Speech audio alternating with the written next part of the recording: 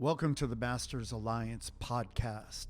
And today I'm extremely honored to be joined by a great friend and a great person that I learned about when he was very young because he was part of our training crew out of the New York, New Jersey area. And he went on to great success as a member of the U.S. team and a proud part of the legacy of what we were able to create over the years as part of Team USA.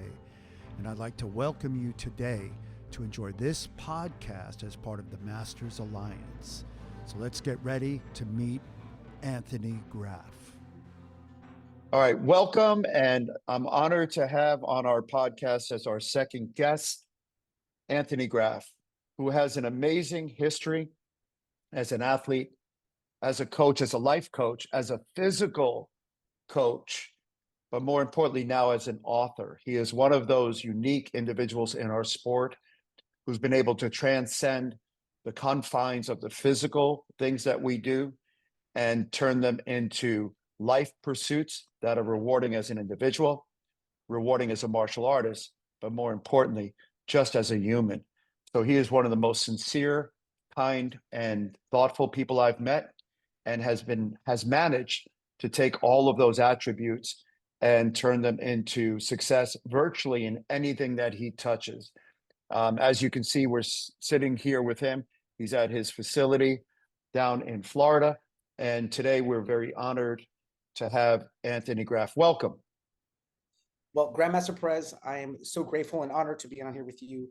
I just want to say thank you off the bat on the contribution that you've given to the legacy of martial artists and fighters through the years. You've impacted me significantly through just our interactions, your stories, your teachings, and basically your model. Which my Sabum modeled after you, and we became great because we followed greatness, and I'm so honored and thankful. Thank you. Well, you're too kind, but let's start with that since you brought it up. Tell us a little bit about the reasons you started to train, and then what led you to keep training, and how you were able to reach the highest level of competition in our sport. Well, that's a great question. So my story starts from being a young boy who was overweight and with scoliosis, and had gone to a doctor who was unathletic, and the doctor said to his mother, "This kid needs to start working out." So I was walking down the street and I got pulled into martial arts school by this Colombian guy handing out flyers, which eventually turned out he was had to open up a martial arts school because he was extradited from the New York City Police Department for being corrupt. It was a very Queens thing back in the day. And I began training, and luck has it that my Sabum Nim used his facility to train at. It was 4 blocks from his house in Queens. And my Sabum Nim is Peter Baratos, who was a student of yours, who go to Jersey several times a week, or to train with you and train underneath you. Well, but by proximity, we follow the model. And, the model was, how many hours a day did you train, sir? Oh, back then we were not the brightest group. We thought more was better. So we were training 6 to 8 hours a day because we needed to catch up, we thought. And we did that 7 days a week, even though better science told us it probably should be less.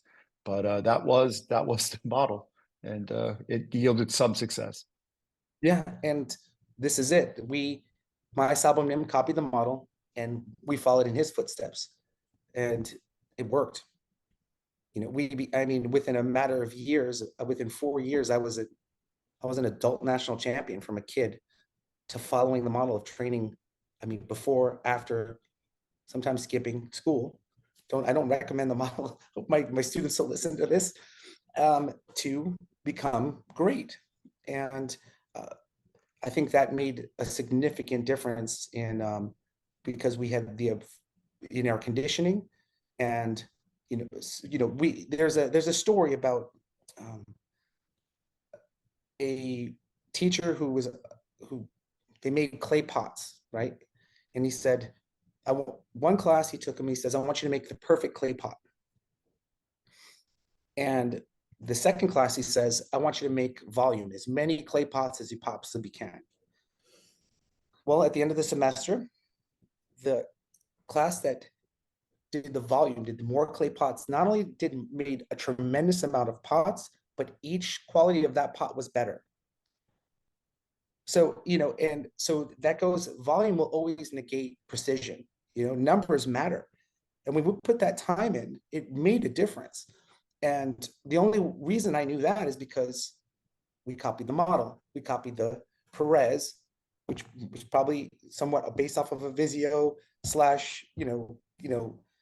and these are lineages of champions. We follow the champions model, and it became very successful for ourselves. We were lucky. We were fortunate. We came up in the New York area. And so you mentioned some names, Peter, for sure. Badatos is one of the greatest athletes, along with you, that we were fortunate enough to know and work with. And Sifu Vizio obviously influenced my career, and the most influential person, and certainly responsible for my Olympic success, bar none. But in that area, that melting pot that we were all in, that's how we created what we were able to create, in all the names that you've mentioned, and many more that have not been mentioned. But what were the challenges? How did you overcome them? But more importantly, did it shape your approach to life and your current endeavors? Oh, absolutely. Martial arts, Taekwondo, gave me significance. And from being this chubby kid with scoliosis who felt worthless, it gave me purpose.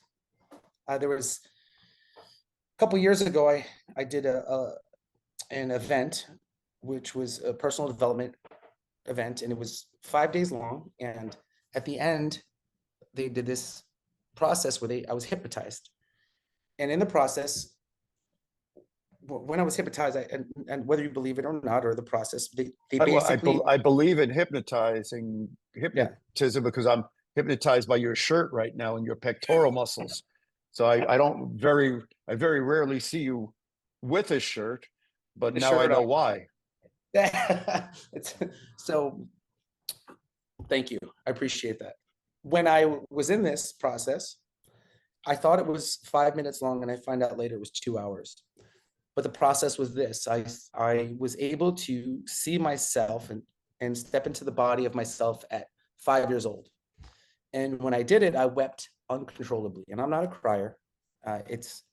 Now, like that I have children, if there's a sick child, it tugs at my heartstrings and I'll lose it a little bit. But man, I shook uncontrollably. And then I stepped into my body at 9 years old, and it was even worse, because I was crying again from this pain where I felt like I was worthless. I wasn't enough. The bullying had begun. And I didn't have any significance or anything that made me feel like I was enough. I wasn't good at school. I wasn't athletic. I was just there. Then I stepped into my body at 16 years old, and I cried from joy because it was the first time that I had won nationals as an adult, even though I was 16 years old. And I was able to step into my body and cry because I was so proud of myself. Then I stepped into my body at 22 when I made national team. And I was overwhelmed because I did it. Yeah. I was holding each version of myself saying, you did it. This is going to be okay. Then I stepped into my body as an adult, and they all merged in as one, and I was able to embrace myself. And I was saying, it's going to be okay. I go, it all works out, guys. It's a beautiful journey. And I was crying from joy and shaking uncontrollably. And then I came to, and then immediately I wrote down to give parents and kids the tools to know that they're enough. And I go, that's my purpose in life. And I knew it because I couldn't put things into words. And I didn't know why. And it had to be from extreme pain and extreme pleasure. Those two things in balance in my life that gave me my purpose. And I understand that whatever I can do to heal people Because guess what? There's a lot of children out there that feel that same way I felt. They felt like they're not enough, and it's not true. They just don't have the tools. And but one of the greatest tools we can give them is difficult things, because self-esteem comes from overcoming difficult things. And I followed the model. We fought 12, 14 times a year in the beginning. You know, it was crazy. We would travel all over the tri-state area. I mean, you know, recovering from one injury to the next. And I was a kid traveling by myself. My parents weren't supporting me. I was in the back of an Impala, you know, sitting on a hump, doing everything I needed to do to get there. And, you know, sometimes losing my first fight and coming back and coming back and coming back until the volume made the difference. The training made the difference. And it was hard, but I was so proud of myself. That was a badge of honor. Nobody brags about how easy their life is. So one of the things that, you know, we talk about regularly is that you are robbing your children of their self-esteem when you do everything for them, when you make their life easy. If you love somebody, you will present challenges in front of them and make sure that they have to overcome those. Don't always cook for them. Don't make their life too easy. Make their life challenging, and they will be proud of themselves, and they will have self-esteem. Well, I mean, that leads us into the next question, and I'm going to save some athletic questions for later. But, you know, after your successful athletic career, which I've watched, and you know, you were part of the legacy of great middleweights and heavyweights in our country, and as such, what motivated you to become a author and write Whispers of Wisdom? What was your motivation? Well, the funny thing is, through the years, medals were to fill a void, you know, and it was never enough. It's like a drug, you know. So that's why athletes can never retire. It's so hard, right? They want more and more and more. And to fulfill this void, to feel that I was enough, to feel significant, and so a tragedy arose. Some people call it a tragedy, but I've always been on reframing words. It became an opportunity for me. I blew my ACL after Olympic trials in 2004. And when that arose, even though I've always been very good with teaching children, I've always had this power to connect, and I've always enjoyed it, and I've loved sharing knowledge. I began my own martial arts school in the back room of a gym, because I was like, okay, I want to do this. I got my career's over. And I started really impacting lives, and I felt fulfilled. Ironically enough, Coach Moreno, Master Moreno, said, listen, I need you to fight in 3 months. I just blew my ACL. Anybody who's ever had an ACL, they don't even want you to kick for 9. I ended up winning nationals, actually bowing out in the finals with some killers. I'm talking Josh Coleman, you know, and then making national team, which was probably one of my best performances in the early 2005, with one leg. And I mean, when I went out there, my first shot out there, I broke a guy's arm in half, right? So I was very focused, and I worked on very specific things that actually slowed my game down, because I was always a wild fighter. And I picked everybody apart. I was very calculated. My footwork was perfect, and it changed my life. So I was able to now live the best of both worlds, and be an athlete, and still, you know, part-time teach and impact lives of kids, which was I was in the happiest place of my life, because I was still doing everything I love, which was competing and being an athlete, and then giving and impacting others and lives. And I always say, you know, be the person that you admire. So I was living a better life because I was being an example, and I was doing my homework because I wanted to be the best instructor, sabum coach I could be, because I knew what an impact people like you, Master Moreno, Master Roberto has had on my life. Well, those words are way too kind for me, but certainly an inspiration for everyone. And I think that's one of the roles that you serve for everyone. And moving on that and thinking about that, what's the message that you're hoping to convey with your book, especially to children, or regarding teaching these life skills to children? That's an amazing question. I love this statement: become wise or become wounded. The way out of pain is through knowledge, right? The way out of anger, fear is in education. And a lot of times, sometimes it takes just words from a mentor to say, or one sentence or a quote or a parable to put you in the right direction. I've always loved stories, and that's why I cover stories. And not only that, but psychology and just basic fundamental principles that you can dig yourself out of these holes with, whether it be anger, fear, resentment, or just even tragedies like death in your family. Now, one of the biggest sayings that we say is, like, for example, if somebody dies, we say, life happens for me, not to me. This is supposed to teach me something. If you repeat that phrase versus why did this happen to me, it's a big difference. It just shifts your perspective. And how does that come? So the idea was to share these coaching principles with these kids or parents that come through my door. And a lot of times I'll give this information, but it's in one ear, not the other. Now I can hand it to them and say, if you're dealing with a kid that's melting down all the time, check this out. If you're dealing with a kid with anger, read this section. And it was something that they could take with them. And I believe, once again, coming back to that, become wise or become wounded.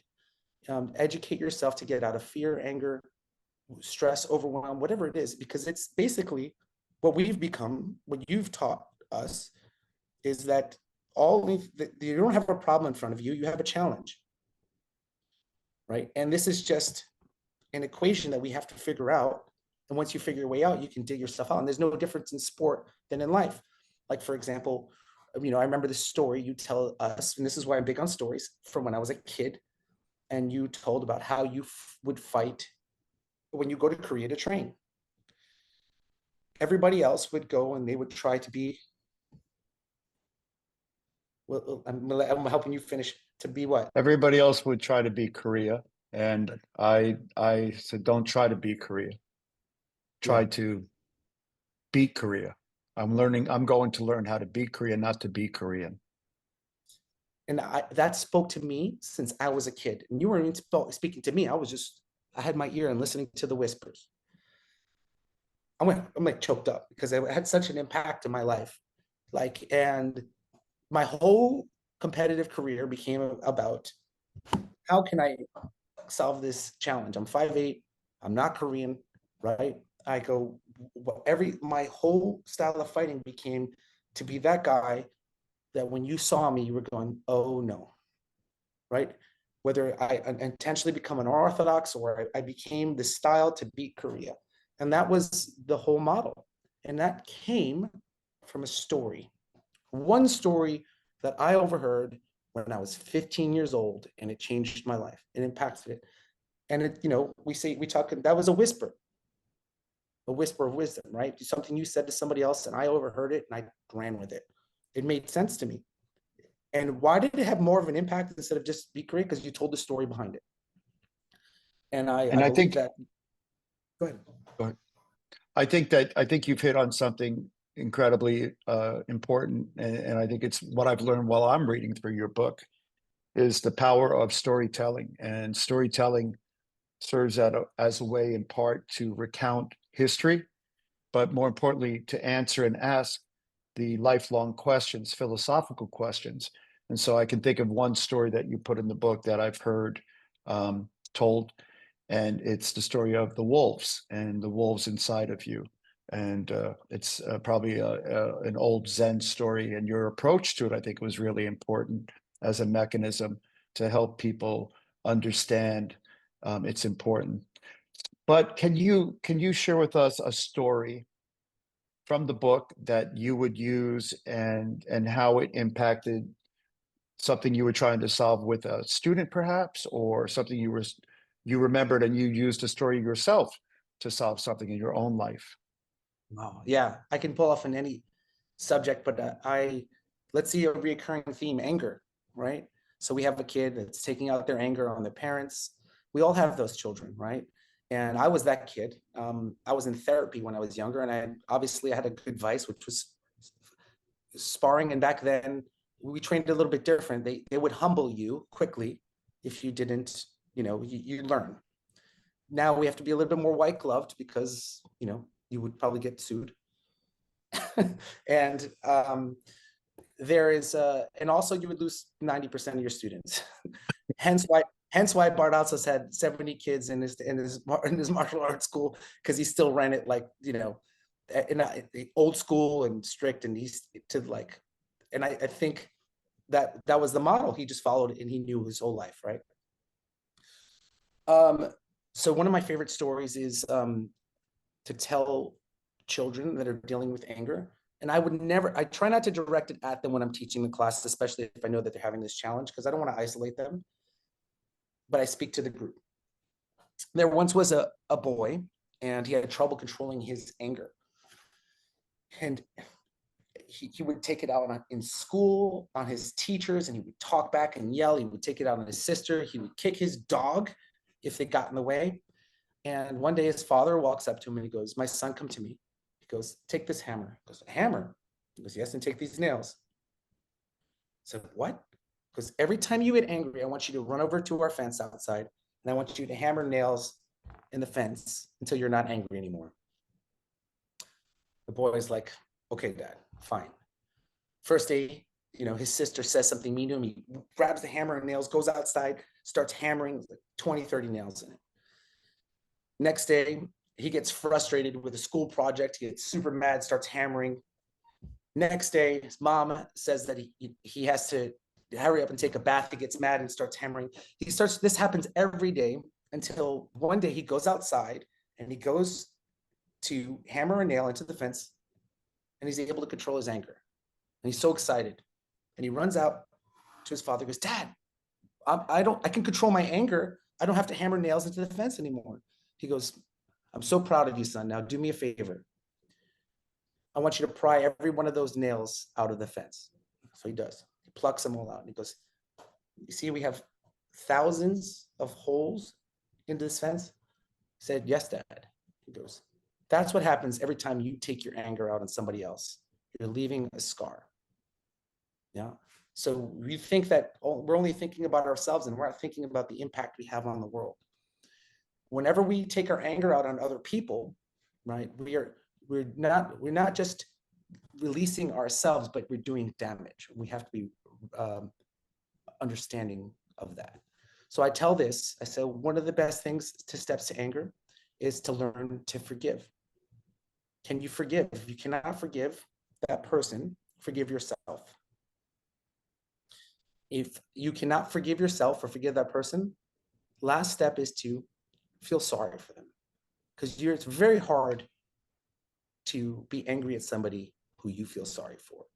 So I give them the steps, I give them the story, and then I give them the steps of the process to deal with anger. And I love that. And that's what we do in our program. And I teach my instructors, because Master Perez, you have decades of experience. You're a quanjinim, you're a 9th degree black belt. You have knowledge spewing. You could tell a story on the drop of a hat. And you don't even intentionally, teach these lessons. You don't remember doing it. You just do it as you're walking by. And how do I teach that to a 20-year-old instructor underneath mine who has his first answer to anger is slash the girl's tire when she breaks up with you? We teach it. We hand it to him. Well, that's a perfect segue into the next question, which was, you've been a very successful businessman in very many varied ways, and certainly precursors to this. I'd argue to say you've been more successful in more arenas than Chuck Norris, although you haven't been on as many movies. Can you tell us a little bit about what your goal is? Are you going to start to help school owners develop best practices? Do you have a way for them to use this tool in their school? I mean, I use it in my school daily because I'll look through it and be inspired by something that you've written that I haven't seen before, or I'll recount a story that I may have seen before, but I'll look at your approach to it. So in understanding that, one of the things that is important is to be able to transfer that knowledge. Do you have a way in which school owners that are looking to do better as teachers, and ultimately they can do better as teachers by having more students, how can they use this tool? Well, I think that is a huge difference between martial arts schools like ours. And there's a handful that are really good at it. And then I also had a gentleman who contacted me yesterday who says, I want to add in a 5-minute power chat and I just don't know how. And I'm like, well, this was my idea originally. Years ago, we were in Clearwater, Florida, and my kids go on a pirate cruise. And they pull out this book, a pirate book, and all the kids gather around, they're reading straight from the book. And I was like, that's beautiful. When somebody reads to your kid, and especially when like you just reading to your kid, you go, that's a beautiful thing. I don't care if they're reading, they're just the idea, the visual of somebody reading to your child, it fills my heart, especially when it doesn't matter if it's an entertaining or educational story. It's just a beautiful sight. If you're not great at storytelling, this is a 2-minute story. Read the story. The visual of your somebody you're reading to your kids are still going to get the point. You're going to read it 3 classes back to back. And then guess what happens? You put the book down. Now you can tell the story. Not only that, but you start to get the rhythm of storytelling. And no matter what the idea is in your own life, or something, a tragedy that came about, like you'll know there's a beginning, a middle, an end, and a moral, right? So it's very simple. You go here's, and you circle back, and then once again you hit that point. So now all you have to do as an instructor is read, and then you get your reps in. It's like making the pots. We've done it so many times, and now I can probably do it blindfold. There's so many things that we do unconsciously now, like praise, correct praise, right? We know what that is. We teach it to our staff. We know it regularly. We do it unconsciously. I don't go stop that. I go, listen, I love your energy. If you stop that, that'd be much better. You're doing your best. We do it unconsciously because we've been teaching for so long and we've taught it to other people. We're at the highest level of learning. But this gentleman at the jiu-jitsu school who just contacted me, tried to teach us to do a power value in his school, and stepped away because he got intimidated. But if you have a template, just read it, and then you get good at it. And now you're doing more than kick punch philosophy. You are sabumnim. Well, I was thinking, now I'm going to give you an idea that you can take, but I love the idea of reading from the book. So I think you need to go back to Amazon and design a bigger font, bigger table book. And it should be something you bring out like Aesop's Fables, and it creaks open and they read from the book with pictures and they can turn it around. And so take that idea and please make a ton of money. And then you can buy me, I don't know, sushi when I come. But you'll have to wear a shirt. That's a great idea. No, why? Why is with the shirt? Listen, I work too hard. I work too hard for these muscles to keep my shirt on. There you go. My last muscle is right there. I'm gonna keep that one. That's nothing like yours. But on that same topic, though, how do you plan to use your leverage as an influencer to make a positive impact? So obviously, anytime I'm asked to go somewhere, I always look at it as an opportunity to speak. I'm not Latino, but I spoke at LULAC. That's the Latin LULAC, United World. Yeah, LULAC. I spoke, and that's Tulsi Gabbard spoke there. Joe Biden, and I was asked to speak and kind of make an impact in the Latin community. I was in last year. and speak to a lot of kids. And it was at a peak of my season. I said, I'll do it. And the reason is I was able to share my wisdom, make an impact. And I found myself, talking to people that next to people who work in the White House, and, in different facets. And I found myself making a bigger impact because they're in politics and we're in child development. We speak to kids regularly. When people walked away, they were walking away and asking me questions and trying to pull more from me. And whenever I get an opportunity to speak, I will, because I think that that's my calling. And I believe in the clay pot theory, put in volume. And I do that. And we host events. I try to make an impact as far as I can online, and then also in my own community. So, this all came about because I had a friend of mine, and I was giving him advice, and he says, you should write a book on parenting. And then I had another friend of mine, he goes, where do you get your stories from? And I go, well, I have a ton, I'll send it to you. And I never sent the stories because it was just like, it was a pain in the butt. You need that big book. That's a good idea. Listen, I've been meaning to ask you this, and I'm going to kind of go back to your athletic career and understanding that you were a great athlete and you had good mentors, and then you mentor great athletes as well. What advice would you give an aspiring young Taekwondo athlete today?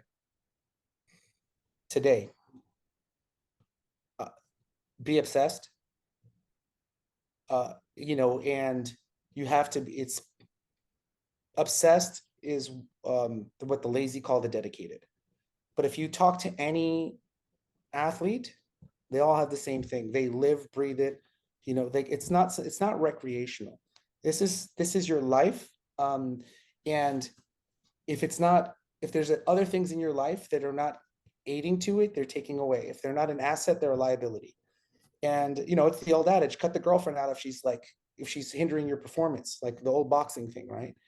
And that's 100% true, because you are a pie chart, and until you hit mastery and then you can balance those things out in your life, that's a different story. But as long as it's, even people in your life, if those people are energy vampires and they're draining you, cut them out. If they're family, limit your time. Like, obviously there's a difference, but the truth of the matter is like, do you get off the phone and feel like crap with them? It's not going to help your performance. All these things, are they aiding you as an athlete, or are they taking away? And if they're taking away, cut them out. You don't need to be in there. The proximity matters. The people that you're around matter. And whether it be, finding a mentor that is aligned with what you want to do, follow the model, because the model works. I mean, we do it in business, right? Whether it be Maya, right, or Kovar, or all these other people, we follow the model because it's a model for success. I've like, whether it be my friends at Spark and Roland and Ron, they have this a mentoring program that they just launched. They're making an impact because they know what they're doing, and those models, whether it be in business or whether it be an athlete, is very simple. I became there's no Herb Perez, there's no Tony Graf, because there's no Peter Barrazos. He followed the model, we followed the model. But guess what? When it came to business, what did I do? I did the same thing. I just follow the model, and I go around and I pick from these people who know more than me, right? Whether I picked a different mentor. I picked one, Grandmaster Palmalella, very successful school owner, known him since I was a kid, left the sport and ran like these. And I just went and I said, okay, well, what are you doing? And then how can I do my version, right? I went out and I shadowed you 10 years ago. Yeah. And I go, people know more than me. I just need to follow that model. And that's what it is at the end of the day, is it, are these things a opportunity or a distraction in your life as an athlete? You always have to ask yourself, is this person, is this event, or this thing in my life an opportunity for me to get better, or a distraction from my goal? And I think that at the end of the day, you're going to be your own version of crazy. You're going to be a little bit nuts. People say that about you, yes? Yeah, of course. Of course. And especially as an athlete, people have said the same thing about every athlete that you know that has been ever been good in their life. It's just your own brand of crazy. And when they say the people call crazy because they don't know how to explain, they want to make an excuse because they're lazy and they don't understand what dedicated means. With that said, I want to ask you just one or two more questions because I've taken way too much of your time. But with that said, what other future writing projects or ventures do you have that you can share with us in the makings or in the works or in your thoughts? I like to stay in my lane. Let's start with that. But I Kovar said something. You know, I think he's a great gentleman. Every time I get a chance to be around him, I am. He said, "Do less better," right? And one of the things that I want to do is actually I got it. I'm going to turn this into this is another.